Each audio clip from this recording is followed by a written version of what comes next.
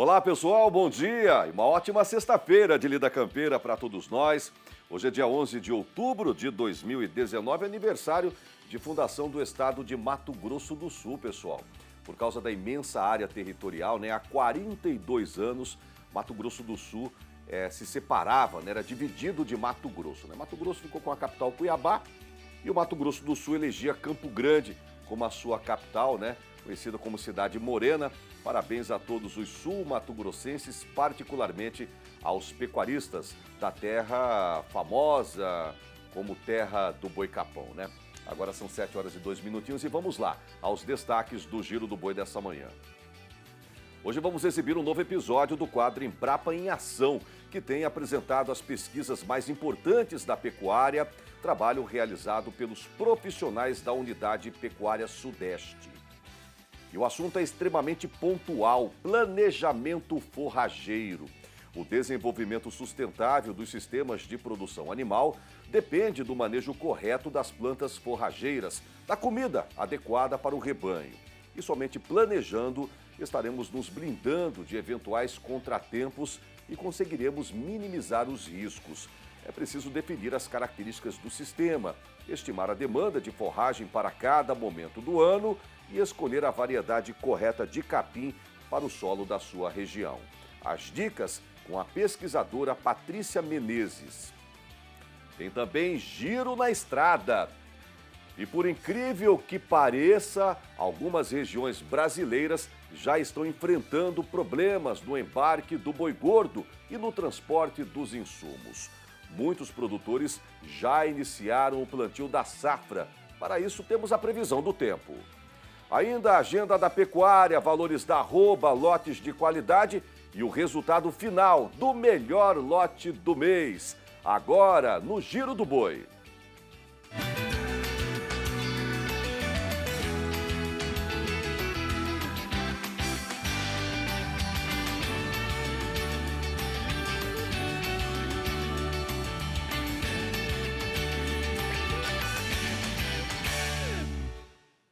Começamos o Giro do Boi dessa sexta-feira, já seguindo para o tradicional quadro do programa que apresenta os bons modelos de produção, que homenageia os pecuaristas preocupados com o consumidor. Está no ar o Giro pelo Brasil.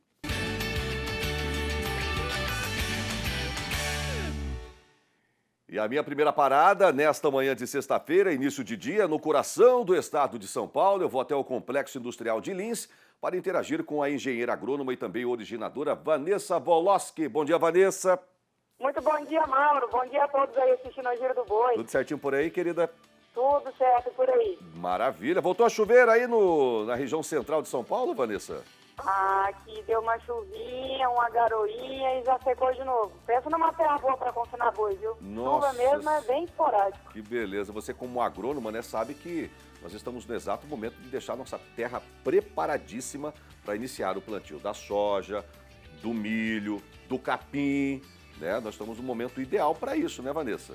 Exatamente. Tem que deixar tudo pronto agora, porque ela está chegando. Pois é, graças a Deus. Tá com berrante, então? Para mais um cliente fornecedor da unidade do Complexo Industrial de Lins, aqui em São Paulo. Ei, nossa raça mãe Nelore, cada dia mais nos surpreendendo, hein? Que beleza essa boiada castrada, confinada aqui na tela, hein, Vanessa? É isso mesmo, Mauro. Isso aí é de um grande parceiro, o Jorge Ferré de Ayub. Ele que é ali de Rio Preto, tem o gado em Mirassol. Ele tem mandado a boiada inteira confinada e nesse abate ele mandou uma boiada capona que conseguiu ter resultados melhores ainda, Mauro. Muito Teve boa aí essa boiada. Mais de 80% de farol verde e pesou em média 21 arrobas essa boiada. E uma boiada candidata a ser a melhor do dia, claro, se for. Até o final do programa hoje, a gente vai anunciar o melhor lote do mês passado, E vamos iniciar a votação dos 2 melhores lotes dessa primeira quinzena de outubro. E esse lote, com certeza, é um candidato a entrar em votação de hoje até a próxima sexta-feira. Vencendo, é claro, vai ser o melhor da semana. Aí ele disputa como o melhor do mês. Parabéns ao Jorge Ferré de Ayub, dono do sítio São Jorge, ali de Mirassol. Conheço bem Mirassol.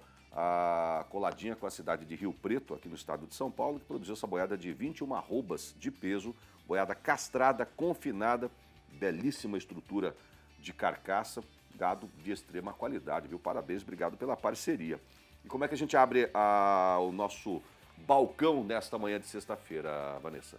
Mauro, estamos aí num boi de 160, novilha de 154. E eu queria aproveitar, retomar e falar um pouquinho ainda desse lote, mandar um grande abraço para a turma do sítio São Jorge e também para a turma da Isofós Nutrição Animal, que é a empresa do Jorge ali em Rio Preto, ele que tem essa produção de sal mineral e de ração que ele usa nos animais dele, vende para os parceiros também. Ele fez a inauguração da nova loja, ele convidou a gente para visitar, recebeu super bem. Eu fui com o Gustavo, nosso originador do confinamento, estava tendo churrasco, moda de viola, nos recebeu super bem, apresentou toda a turma. O Jorge é um grande parceiro, muito querido aí, queria mandar um grande abraço para ele e agradecer por todo o apoio aí também. Quer dizer que essa boiada foi tratada com isofós, é isso? Exatamente. Eu gostei então, viu? É sal mineral de qualidade, viu? Recomendo, viu, Vanessa? Exatamente, eficiência tanto do pecuarista quanto do produtor aí da nutrição, né? Que é ele mesmo, Mauro. Verdade. Ó, o período das águas voltou agora, gente. Com certeza tá vindo aquele rebrote. Daqui a pouco a braquiária vai estar desse tamanho na sua propriedade. Mas você, como um agrônoma, sabe, né? Que nem o melhor capim do mundo, o melhor capim do planeta, nem ele é o suficiente para poder oferecer todo o micro e macro nutriente necessário para uma boiada se desenvolver. Por isso que é importante uma suplementação, né, uma mineralização correta para que o seu macho, que a sua fêmea, eles se desenvolvam e, é claro, levem renda para a sua propriedade, viu, pessoal? Por isso que é importante você encontrar uma boa empresa de nutrição animal, um bom auxílio, uma boa consultoria com agrônomos, veterinários e zootecnistas de todo o Brasil. Muitas vezes o pecuarista vê aquela pastagem, aquela pastaria muito bacana, fala, não precisa de mais nada. Não, nada disso, tá? Procure uma orientação, sempre você vai precisar de um auxílio técnico, porque, como eu disse, repito, nem todo o melhor capim do mundo vai oferecer o que a sua boiada necessita, tá? A sua novilhada necessita também. Mais alguma coisa, Vanessa?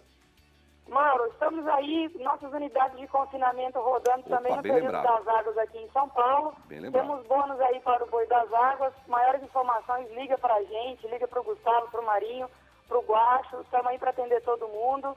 E vamos girar o boi, Mauro. Vamos lá, querida. Obrigado pelas informações. Um forte abraço. Boa sexta de lida campeira para todos os seus clientes fornecedores e para vocês.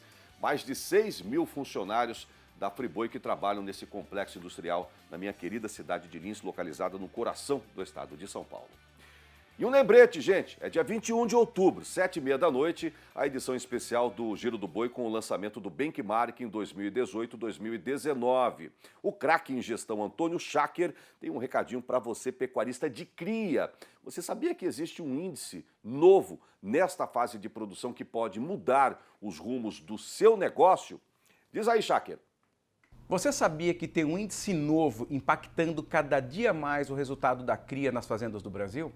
Exatamente. É um índice chamado Índice de Precocidade Sexual. Avaliando o resultado econômico, ou seja, o lucro das fazendas de cria, percebemos que elas entoram 105% das fêmeas acima de 18 meses. Ou seja, as fêmeas sempre entram em média mais jovens do que 18 meses em reprodução. E isso tem transformado o lucro das fazendas de cria. Se você quer conhecer esse número e outros números ligados à cria, te faço um convite aqui especialíssimo, dia 21 de outubro, 7h30 da noite, Benchmark Integra Safra 18/19, eu e o Mauro no Giro do Boi Especial. Reforçando, pessoal, dia 21 de outubro, sem ser essa segunda que vem, na outra, né? 7h30 da noite, Giro do Boi Especial, lançamento do Benchmarking, aqui no canal Rural, com transmissão simultânea pelo Lance Rural, não perca. A seguir, tem Giro na Estrada. E para quem já estava com saudades dos atoleiros, olha eles de volta às estradas boiadeiras. Dá uma olhada aí, gente. Depois da seca e das queimadas, as chuvas voltaram e com elas o trabalho dobrado da equipe de transporte e logística das empresas do segmento. Seja para levar insumos ou para transportar o gado, magro ou gordo, os atoleiros começaram a aparecer.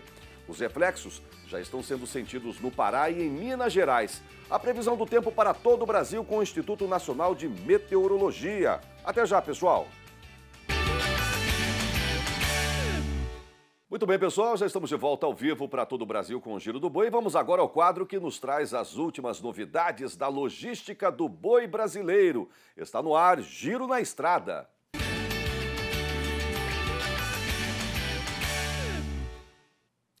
A estação das chuvas voltou e, ao mesmo tempo que alivia as condições das nossas pastagens, também exige planejamento reforçado para o embarque do gado gordo até a indústria, principalmente em regiões onde as estradas de terra estão em más condições, que infelizmente não foram cascalhadas nesse último período seco. Quem é que nunca passou apuros com atoleiro, gente?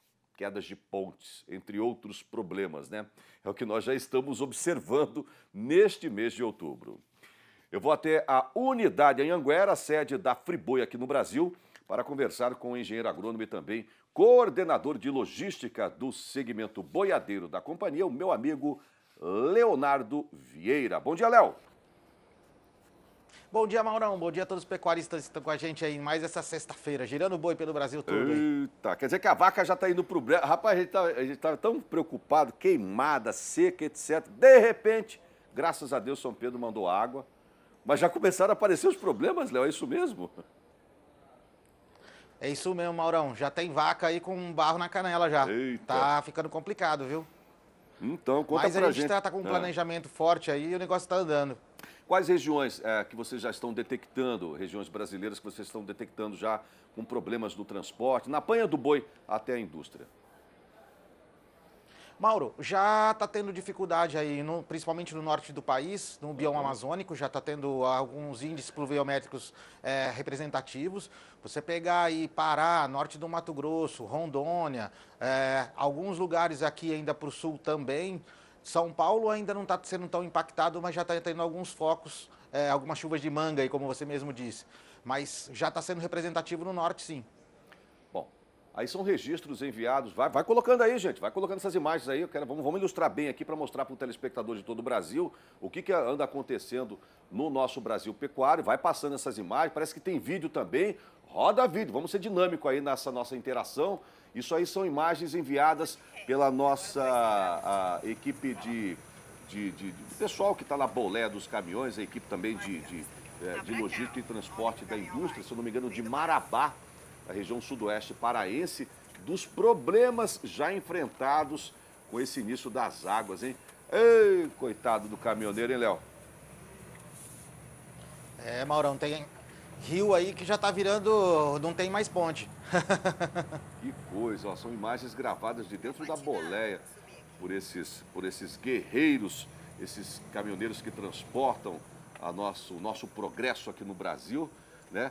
Já vai passando também, já quero mostrar o outro registro, esse aí é um registro vindo lá da cidade de Marabá. Eu quero ver agora da região, aqui de São Paulo, me parece, a região entre São Paulo e Minas Gerais, região de Poços de Caldas. Olha essas imagens, pá carregadeira, trator convencional puxando carreta, atolando já aqui em Minas Gerais, hein, Léo? É isso mesmo, Mauro. E para você ver aí a potência que precisa de um dos veículos para conseguir tirar uma carreta dessa do lugar. Ela carregada, ela fica bem pesada. Quantas toneladas tem uma carreta dessa aí, por exemplo, essa carreta que inclusive foi desenvolvida com exclusividade para a TRT Transportadora, que é uma empresa da Friboi, que tem elevadores, etc. Se não me engano, leva até 54 bois gordos, né? Quantas toneladas transporta uma carreta dessa, Léo? Só a título de curiosidade. Mauro, uma carreta dessa aí passa de 25 toneladas tranquilamente num embarque desse. Agora, então, assim, para esse solo, para esse terreno, acaba ficando bem difícil você conseguir transportar. Então, necessita uma demanda de uma força-tração assim muito grande. Entendi. 25 toneladas numa terra, numa estrada de terra que não foi cascalhada, não foi recuperada na época da seca, fica complicado, né? Exatamente, exatamente. Bom, mas temos também... Além de que a equipe que demanda aí, a gente acaba tendo uma ajuda muito representativa, principalmente do pessoal da região, e o pecuarista que acompanha esse embarque, né, acaba tendo um serviço redobrado.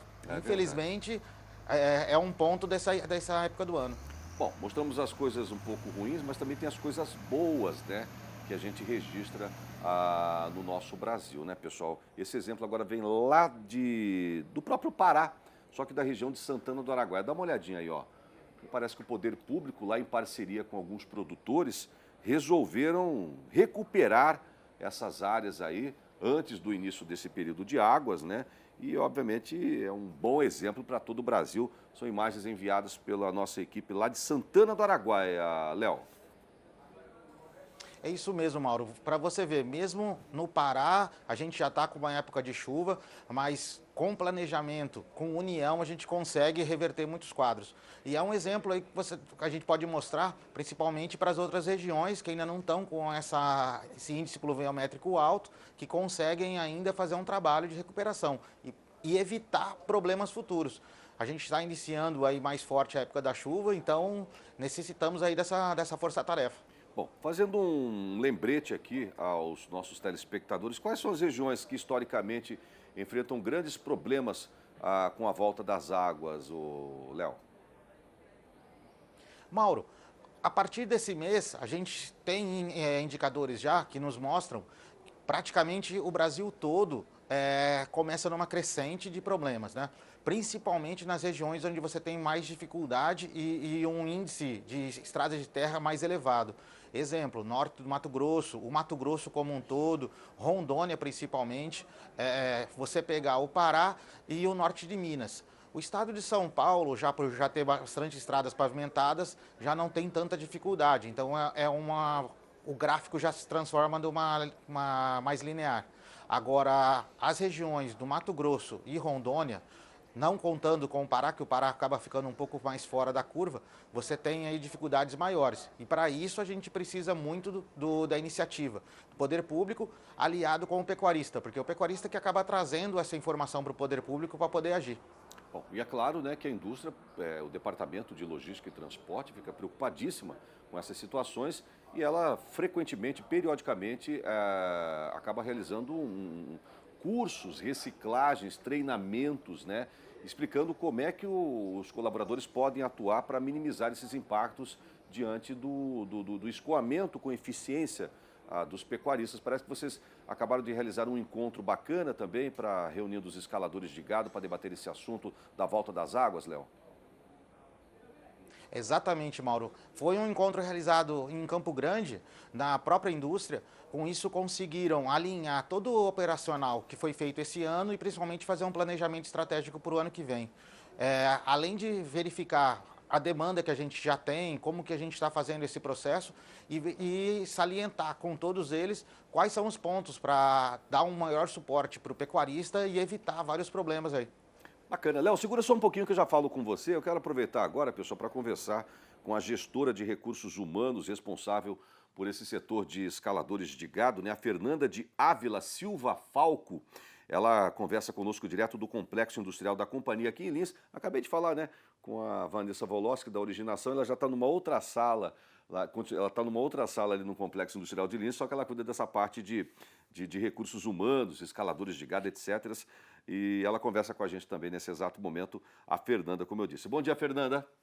Bom dia, Mauro. Bom dia, Léo. Bom dia a todos os pecuaristas. Tudo bem por aí, querida?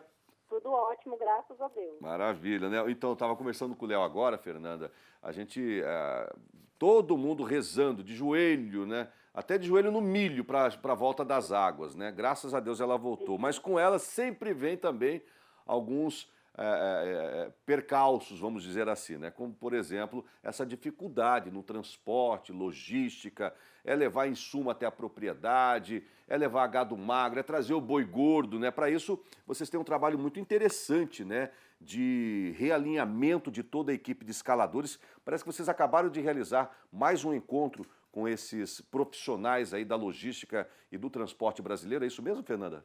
Isso mesmo. Nós realizamos na semana passada em Campo Grande nosso terceiro encontro nacional dos analistas, né, da operação do boiadeiro. Sei. E o que vocês debateram, o que vocês discutiram nessa reciclagem, nesse encontro? Foi um momento muito bacana, né? Nós envolvemos o nosso time no alinhamento da rotina, né, do escalador. Tem algumas pessoas novas que integraram o nosso time, então capacitar esses novos integrantes, reciclar aqueles que já fazem parte, né, já tem uma história no time da TRT. Então, criar ali uma sinergia entre as unidades, então a gente fortalecer o time, trabalhar em equipe realmente, focar sempre no atendimento ao cliente. Né? Nossa prioridade é atender o cliente com qualidade, pontualidade e segurança, né? E antecipar sempre os problemas. Mas em nenhum ciclo, né, da chuva, é um período muito desafiador, né? Mas nós fizemos alguns alinhamentos para juntos enfrentarmos esse período. Né, focar sempre aí na questão da segurança, manter a guarda alta, né, atenção redobrada em relação às estradas, em relação ao gado, e conseguir chegar ao nosso ponto principal, que é entregar o boi ao seu destino final. Com qualidade, todo mundo com segurança. Exatamente, escoando com eficiência e pontualidade, né? Afinal de contas, a gente está esperando essa carne chegar até a gôndola para a gente comer carne, né? Não só no Brasil, mas no mundo todo. Mais de 150 países ao qual a gente envia a nossa proteína vermelha, né? A equipe de vocês é composta de escaladores de gado, é composta por quantas pessoas, mais ou menos, ô Fernanda? Hoje nós temos um time de aproximadamente 30 analistas, né, 30 que exerce essa função de escalador. Isso. E qual que é a função dele? Qual que é o debate diário entre esses analistas, escaladores, com o pecuarista? O que eles discutem, o que eles conversam? Conta pra gente. Então, o escalador ele tem um papel muito importante no nosso processo. Ele, junto com a supervisão, é o elo principal entre pecuarista, motorista e originação. Então, ele tem que ter uma habilidade ali em receber a demanda, né, da originação com o gado, onde a gente tem que buscar, e em tão pouco tempo fazer a programação de forma eficiente para essas viagens. E analisar cada viagem, né, o roteiro dessas viagens, as fazendas, os desafios, indicar cada motorista mais indicado para aquela viagem, então a gente atende muito de forma personalizada. Né? Existe alguns detalhes que a gente tem que estar muito atento, prezando sempre a qualidade, segurança e entregar o animal ao destino final. Então, ele tem um papel muito importante nessa parte de indicar o melhor motorista, o motorista mais preparado para cada tipo de viagem e se antecipando sempre o nosso problema, para manter a produtividade, a qualidade e a pontualidade.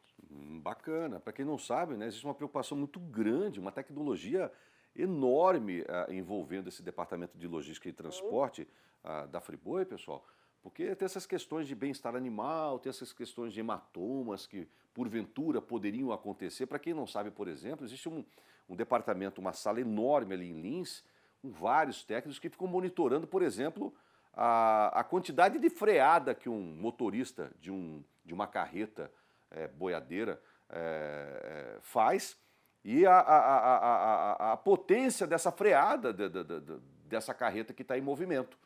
É para ver se o animal não chacoalhar muito, não bater aqui ou ali. Existe uma série de coisas, se a carreta parou, se ela acelerou, a velocidade que ela está, onde que ela está, o que ela está fazendo, que horas que ela chegou, se chegou no horário certo, atrasado ou adiantado. Existe toda uma tecnologia e um grupo de profissionais lá monitorando a sua boiada, viu? E a sua equipe está preparada para essa temporada de chuvas, Fernanda? Sim, estão todos preparados e alinhados para enfrentar esse período desafiador, né, para todos nós. Então tá bom. Eu queria te agradecer. Boa sorte para vocês. Eu sei que vocês vão ter um trabalho redobrado a partir de agora com a volta do período das águas, mas mas tudo para poder entregar um produto de qualidade, cuidar com o maior zelo possível da mercadoria, do boi que o pecuarista entrega para a indústria, que só tem a responsabilidade de desmontar, embalar e distribuir para o mercado. Tá bom, Fernanda? Obrigado, parabéns, viu? Muito obrigada, eu que agradeço. Um ótimo dia a todos. Um ótimo dia, querida. Deixa eu terminar de voltar a falar de novo aqui com o Léo. Tá aqui. Léo, que bacana, né? Essa equipe de vocês, ela é supimpa, hein, Léo? Bem afinada, né? Para você ver, Mauro, 30 pessoas distribuídas pelo Brasil inteiro aí para conseguir dar esse atendimento classe A aí para o pecuarista. E nessa época esse pessoal trabalha quadruplicado, não é nem triplicado não, como você pontuou. Verdade. É difícil. Eu tenho certeza disso. Bom, então para a gente tentar amenizar ainda mais, o papel de vocês eu sei que está sendo feito, ok. E do pecuarista, o que ele tem que fazer para ele também ajudar um pouquinho vocês a amenizar qualquer percalço que possivelmente possa acontecer nesse início da volta das águas? Mauro, Nesse ponto, eu peço a ajuda principalmente para o pecuarista pequeno, porque o pecuarista grande, ele já tem a sensibilidade do prejuízo que ele tem se ele não trouxer a informação para a indústria. E como o volume de caminhões que vão para a fazenda dele é grande, então ele acaba trazendo uma informação bem precisa. Mas o pecuarista pequeno não tem essa visão. E é o que mais impacta para nós da nossa operação, porque a gente tem um volume representativo de embarques de caminhões pequenos e principalmente em lotes pulverizados por todo o Brasil. E às vezes na propriedade desse pecuarista pequeno está uma chuva, está com algum problema, está com alguma ponte irregular ou que às vezes até não tem acesso e ele não passa essa informação para os escaladores ou para a própria originação.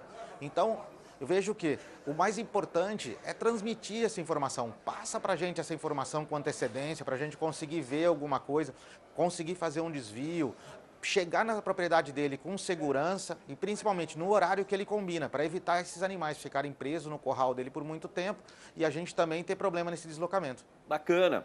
Grande Leonardo Vieira, ó, meu amigo Sato passando por ali, ó. Obrigado, Léo, pelas informações, queridão. Forte abraço, boa sexta de lida para você aí, ó. Boa sorte nesse início da temporada de chuvas e espero você de volta em breve aqui no quadro Giro na Estrada. Léo. Tamo junto, Maurão. Qualquer novidade a gente leva para você aí. Combinado. Obrigado. Eu que agradeço. Um abraço. Agora é hora de saber o que o tempo reserva, né, pessoal, para o nosso Brasil Pecuária. As informações vêm direto do Instituto Nacional de Meteorologia. Atenção, fazendeirada. Essas chuvas estão de volta, né, mas deverão dar uma brecada neste restinho de outubro. Cuidado quem estiver iniciando o plantio, tá? Bom dia, meu amigo Marcelão Schneider.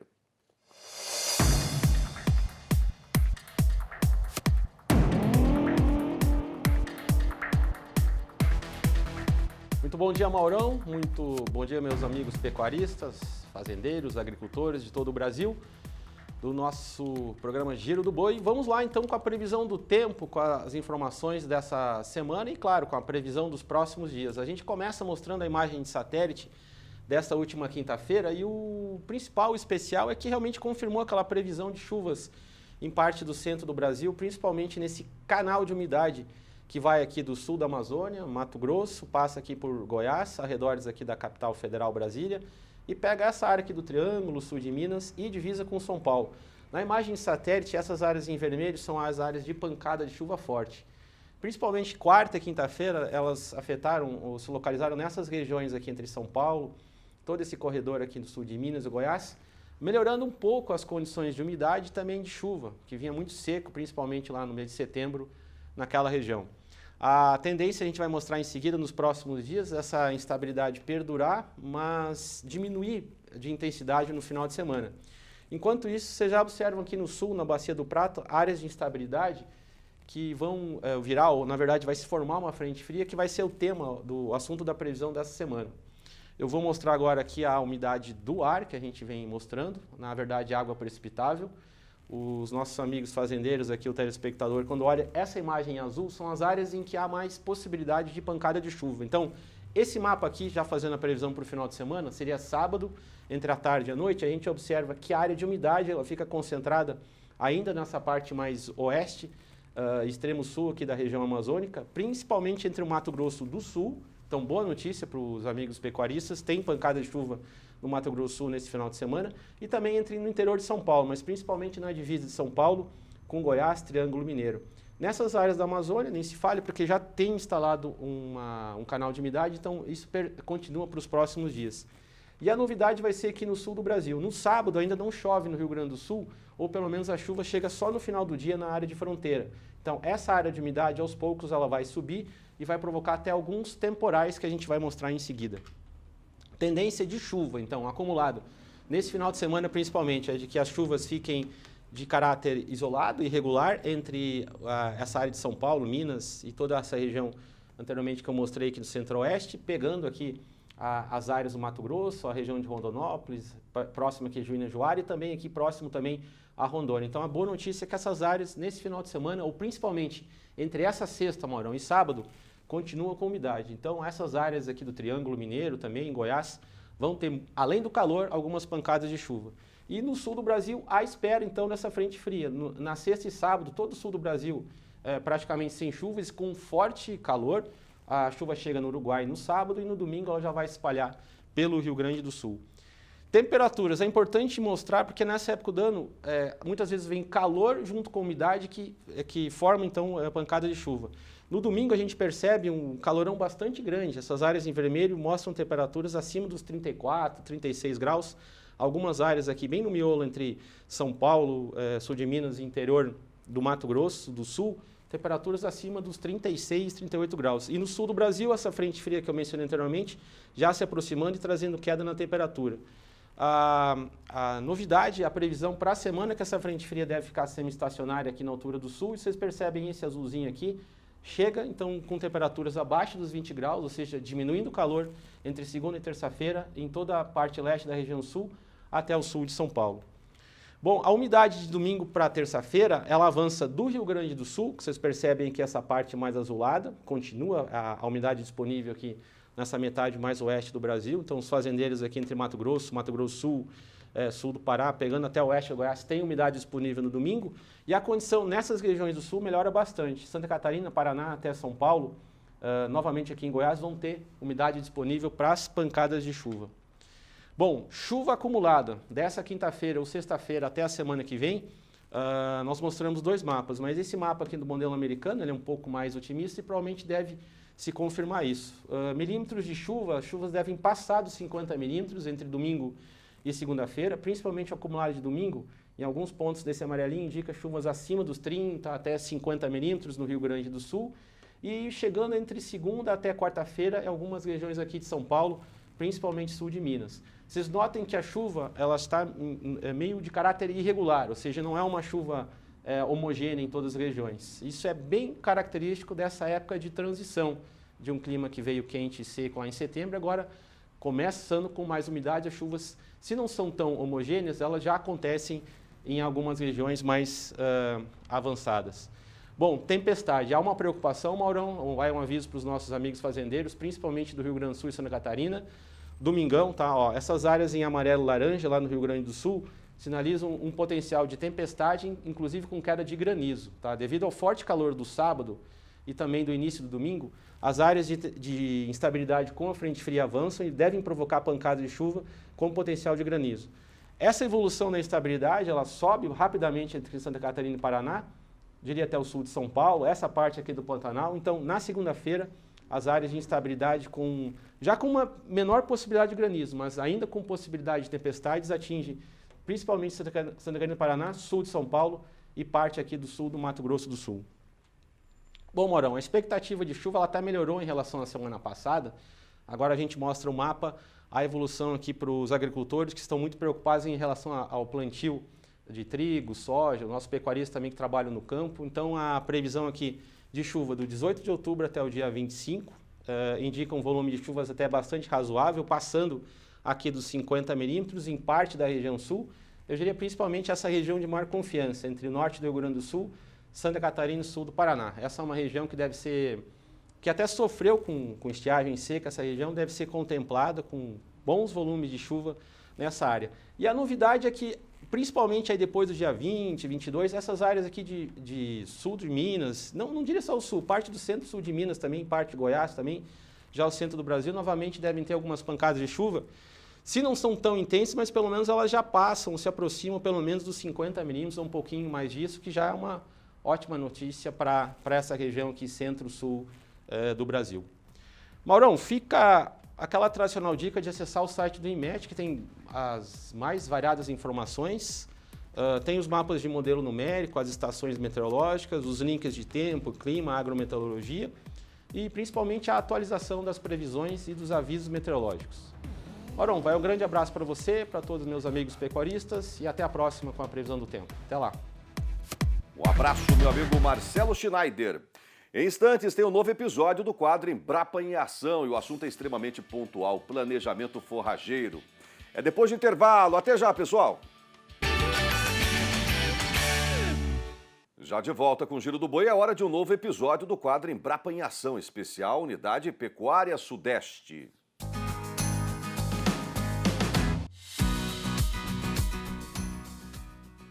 Na semana passada, os pesquisadores Alberto Bernardi e Adilson Guimarães trouxeram informações sobre uma área referência de LPF que opera totalmente interligada a uma estação meteorológica. Ela emite em tempo real dados sobre o clima e o comportamento do gado também. São informações que ajudam nas análises técnicas e nas tomadas de decisão na fazenda. Hoje o nosso assunto é planejamento forrageiro. Como é que está o seu aí? Em dia? O desenvolvimento sustentável dos sistemas de produção animal depende do manejo correto das plantas forrageiras, da comida adequada para o rebanho. Somente com esse planejamento em dia, o pecuarista estará mais preparado para eventuais contratempos e conseguirá minimizar os riscos. É preciso definir as características do sistema, estimar a demanda de forragem para cada momento do ano e escolher, é claro, a variedade correta de capim para o solo da sua região. A nossa equipe de reportagem conversou com a pesquisadora Patrícia Menezes na vitrine de forrageiras da Embrapa Pecuária Sudeste e você confere as informações nesse exato momento. Bom dia, Marco Ribeiro.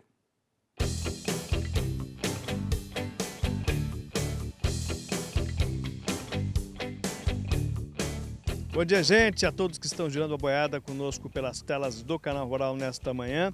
Assunto: planejamento forrageiro. O seu está em dia? Se não, para aí que você precisa ouvir aqui um pouco do que a gente vai conversar com a Patrícia Menezes, que está aqui do meu lado. Um pouco sobre a importância disso, porque o pasto é a ferramenta muitas vezes mais barata e mais útil que nós temos na fazenda, mas se mal utilizado não consegue extrair o resultado positivo. Antes de entrar nesse assunto, eu queria te perguntar da sua história, Patrícia. Eu já sei que ela tem quase 20 anos de trabalho aqui, é isso mesmo? É isso mesmo, eu fui contratada em 2001, fiz a graduação e pós-graduação na Exalc, fui contratada aqui na Embrapa em 2001 e até hoje estou aqui trabalhando na área de pastagens. Sempre com pastagem? Sempre com pastagens, sempre na pesquisa com pastagens. Legal. A Patrícia, que também é coordenadora da carteira de projetos em pastagens de toda a Embrapa, esse portfólio enorme de projetos de pesquisa, dá um trabalhão, mas é o seu objeto de paixão, né, Patrícia? Sem dúvida, a pastagem pela área que ela ocupa no Brasil, ela tem uma relevância muito grande, A Embrapa tem uma equipe bastante forte de pesquisa em pastagens.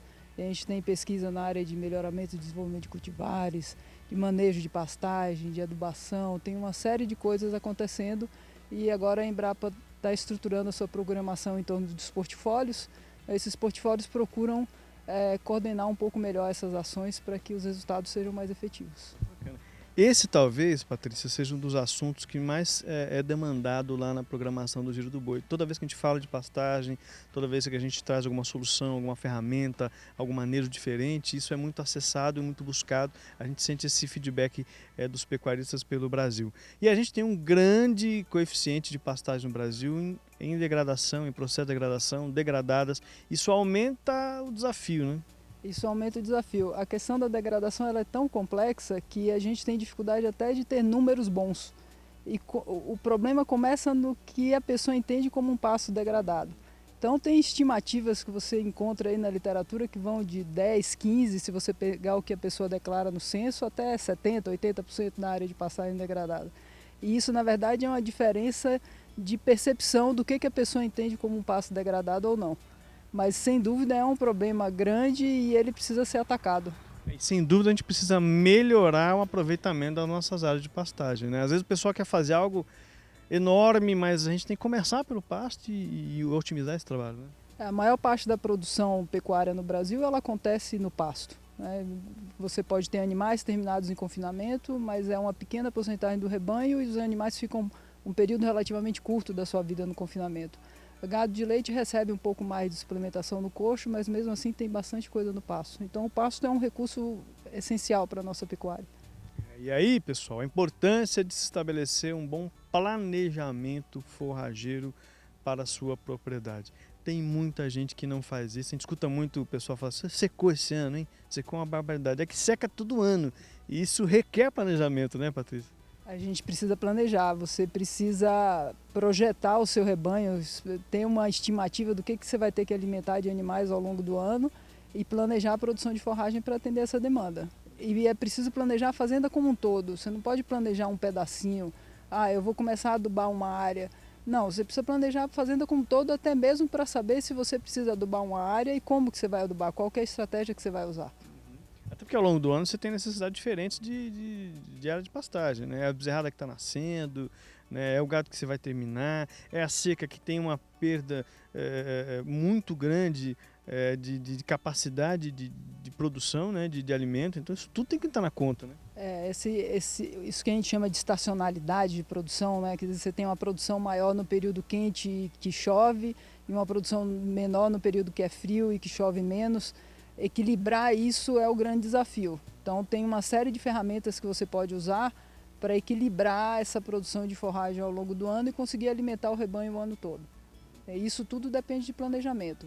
Quando você começa a trabalhar com planejamento, você consegue enxergar melhor como que essas ferramentas devem ser inseridas no sistema.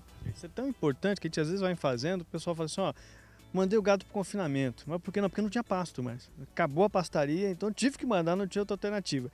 Como é que eu começo esse planejamento? Para onde é que eu olho? Escolher, por exemplo, a espécie de forragem de acordo com a localização, com o solo, é um pontapé? Você tem que saber onde você está localizado, conhecer as características de clima da região, o solo da fazenda, saber qual atividade você vai fazer cria, recria, engorda, só recria, engorda. E aí você começa a planejar, projetando o seu rebanho para frente, quer dizer, esse planejamento não adianta eu chegar em maio e dizer que não tenho alimento. Eu tenho que hoje projetar 6 meses, 1 ano para frente, porque tem decisões que precisam ser tomadas no início das chuvas. Se eu for produzir silagem, por exemplo, eu tenho que plantar isso no início da chuva para usar no inverno seguinte. Então esse planejamento ele tem que ser feito com antecedência. Daí você planeja os setores da fazenda, você vai ter pasto extensivo, pasto adubado, você pode vedar pasto, você vai plantar cana, vai fazer silagem, vai usar uma forrageira temperada. Tudo isso depende da região onde você está e da estrutura que você tem. E aí você combina a demanda do rebanho que você está projetando para frente com essas alternativas para conseguir alimentar o rebanho durante o ano todo, sem atropelo, sem sufoco, né? Correria. E, bom, nós estamos numa área aqui que é uma vitrine de algumas dessas ferramentas que o pecuarista tem à disposição, né? Exatamente. A hora que você faz o planejamento da fazenda, você aí precisa definir qual capim ou qual tipo de forrageira que você vai plantar. E esse campo aqui tem uma série de exemplos de capins que estão disponíveis aí no mercado. Cada capim vai ter a sua aplicação. Então tem capim que é mais produtivo, responde mais à adubação, tem capim que tolera solos com fertilidade mais baixa, que tolera melhor acidez. Tem capim que é resistente a uma determinada praga ou doença, tem capim que é suscetível. Então você precisa conhecer a região onde você está e buscar as informações sobre esses capins. Hoje a Embrapa tem um aplicativo que você baixa no celular chamado Pasto Certo. Lá tem uma série de informações sobre os vários capins e é uma ferramenta que pode ajudar muito o produtor a escolher o capim certo para a condição dele. Pessoal, atenção aí, porque isso é muito importante. Recentemente, 2 anos atrás, a gente teve a morte do braquiarão lá no Mato Grosso, né? Muitas vezes é uma ferramenta errada, num lugar errado, um manejo errado, né? Isso é preocupante. Exatamente. Quando você planta o capim numa condição que não é adequada para ele, ele não vai sobreviver por muito tempo. E aí volta na questão da degradação de pastagem que a gente estava comentando no começo. Quer dizer, uma das causas de degradação é você plantar o capim no lugar errado. Cada capim vai ter uma exigência em termos de manejo, de fertilidade, de clima. E se você planta ele no lugar errado e usa ele da forma inadequada, a tendência é que ele não permaneça no espaço, ele acaba se degradando. No site da Embrapa você tem mais informações, embrapa.br, né? E aí também pode contratar consultorias. Hoje nós temos vários serviços aí disponíveis, profissionais no mercado, que podem estar auxiliando nesse planejamento forrageiro, que tem que ser planejamento, pessoal. Planejamento é com antecedência, né? A gente espera que os próximos 12 meses da sua atividade pecuária na fazenda já esteja desenhado, né, Patrícia? Exatamente. E lembrar também que você vai fazer o planejamento e esse planejamento ele precisa ser revisado frequentemente. Então eu vou fazer um planejamento para 1 ano, todo mês, a cada 2 meses, a cada 3 meses eu tenho que revisar porque surgem imprevistos. Então, de repente, a pessoa precisou vender um gado porque surgiu uma oportunidade ou porque ele teve um problema na fazenda, ele precisa do recurso, ou surgiu um gado bom para comprar, isso acomoda no meu planejamento, não acomoda, eu preciso mudar alguma coisa. Então eu tenho que fazer o planejamento e eu tenho que acompanhar aquilo para ver se ele está sendo seguido. Se ele não estiver sendo seguido, como é que eu vou fazer os ajustes necessários para não passar sufoco. Obrigado, Patrícia, por essas informações. Parabéns pela sua história de trabalho, por toda essa coordenação, por todo esse trabalho, né, voltado para as forrageiras, para as áreas de pastagem. Isso é muito importante porque é um recurso fundamental para a gente produzir carne nesse país. Melhorar a régua da nossa carne, subi-la, e a gente tem que mexer lá no nosso capim, né? Sem dúvida. É a gente que agradece aí a vinda de vocês, né? Porque isso sempre ajuda a divulgar o trabalho e isso é muito importante. As pessoas precisam ter acesso à informação. Informação consistente, como está sendo produzido aqui, né? Então, como é que está o seu planejamento forrageiro? Para os próximos 12 meses, já está desenhado? Se não, meu amigo, aperta o passo, porque a gente precisa ajustar aí o nosso ritmo para aumentar a produtividade, garantir qualidade e a rentabilidade que a gente quer, hein? Aqui de São Carlos para o Giro do Boi, Marco Ribeiro. Bacana, olha a imagem linda, né? Boiadão, hein? Em instantes tem a agenda da pecuária. E já está chegando a hora de saber qual foi o melhor lote do mês. Até já, pessoal! Já de volta com o Giro do Boi, pessoal. Deixa eu dar um pulinho rapidinho na unidade em Anguera. O Zé está comigo aqui. Bom dia, Zé. Tudo bem? Bom dia, Mauro. Para você, para quem gira o boi com a gente. Tudo jóia. Ele veio aqui para dar um recado muito importante para todos os neloristas do Brasil. Que recado é esse, Zé? É o seguinte, Mauro, na semana que vem ocorrem 2 etapas do Circuito Nelore de Qualidade 2019, segunda e terça-feira em Vilhena e na quarta e quinta-feira em Pimenta Bueno. As procuras estão muito grandes, o pessoal já está escalando o seu gado, então planeja, faz com antecedência as escalas, liga para os compradores de gado. A agenda completa de todas as etapas restantes do Circuito Nelore 2019 estão lá no site do Giro do Boi. Acessa a nossa homepage, atualiza lá o site, vê a agenda completa e faz o seu planejamento para escalar seus animais. E a disputa está acirrada, viu, gente? Se eu fosse quem estivesse no páreo disputando lá, eu pegava a lote da minha fazenda e mandava para onde que estiver ocorrendo essas últimas etapas, né? Acho que a definitiva vai ser lá em Campo Grande, se não me engano, acho que no dia 19 do mês que vem, em novembro. Zé, obrigado, bom final de semana, amigão. Valeu pelo espaço, Mauro. Bom dia para você, para quem gira o boi com a gente. Até a próxima segunda. Até lá. Vou para um rápido intervalo, na sequência, o melhor lote do mês de setembro. Até já, pessoal. Já de volta com o Giro do Boi, pessoal, meu tempo até já acabou de produção, né? Mas obrigado aí, pessoal da programação, por terem essa consciência bacana de que a gente tem que ajudar o pecuarista brasileiro, porque eu vou ajudar agora você a entender como funciona uma pecuária de alto nível. Melhor lote do mês, tá? Todos os outros que competiram, eram os melhores da semana, já podem se tornar vencedores, mas como é votação, né? Coloca aqui o gráfico, gente, olha só, que beleza, ó, 67% da preferência dos internautas, tivemos quase 5 mil votos no nosso site. Fazenda Santo Antônio, Cáceres, Mato Grosso, tá aí, ó, o melhor lote abatido por todas as indústrias friboi do Brasil no mês de setembro.